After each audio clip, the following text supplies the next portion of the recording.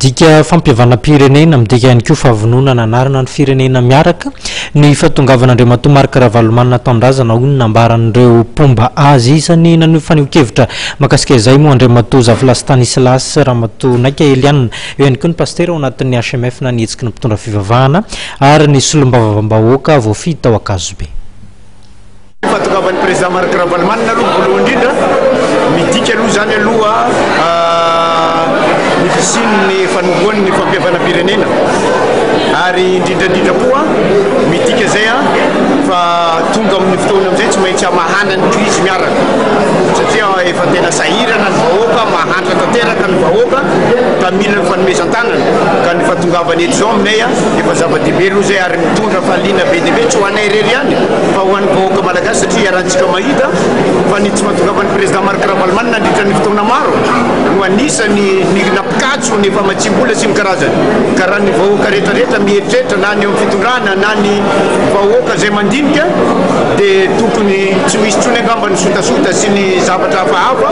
fa ny fiarahana miombona amizay zany hoe mba hamoahantsika nyity firenena fa tena fotika tanteraka tia zay ny zava-dehibe aminay. Faly tena faly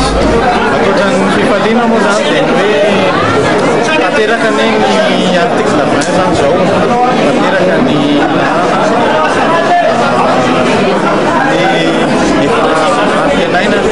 fiainana ny fiainan'ny malagasy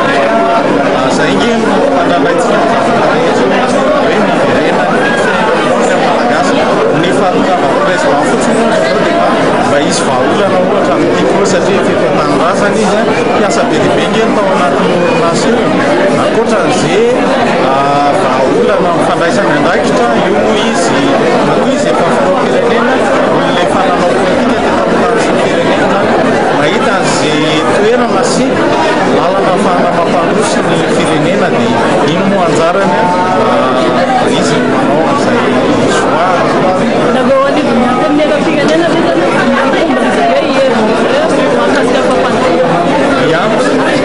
matomboa zay ny safidiny hoe mivasa Ravalomanana hatramin'ny latsahanao fidina dia manaja an'izay fampiran'izay solotena ny vahoakanay solombavam-bahoakanay dia mitondra ny etaetany vahoaka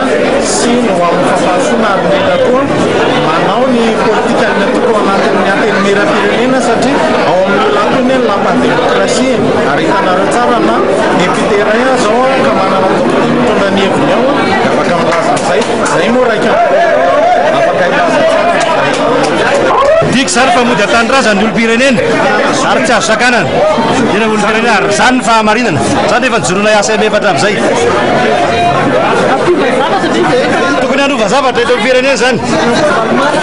amody ny firenena izay reraka dia reraka anaty ny vahoaka